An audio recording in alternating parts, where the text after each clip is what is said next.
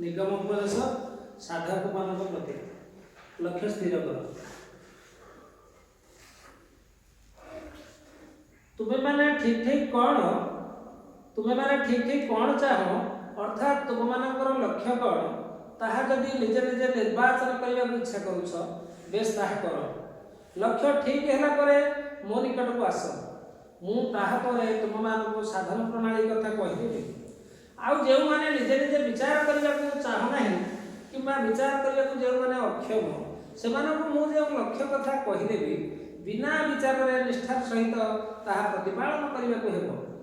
प्राणर यथार्थ सत्यानुसंधिस्तर भाव जाग्रत थिले सिद्धिलाभर अपूर्व सुजोग उपस्थित हुए।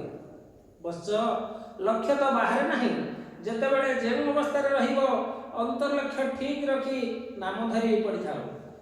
बाहर कथारे व्याकुल हेले मन अंतर्मुखी हेबा किपरि भाव धरी अंतर रे बुड़ी जाको अभ्यास कर सेठारे शांति पाइबो।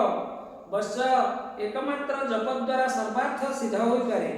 तुम्हें नियमित जप व्यतीत खाइबा बेले शोइबा बेले चलवा बेले शुचिरे किंबा अशुचिरे सर्वावस्था निश्वास ताड़े ताड़े मंत्र जप कर।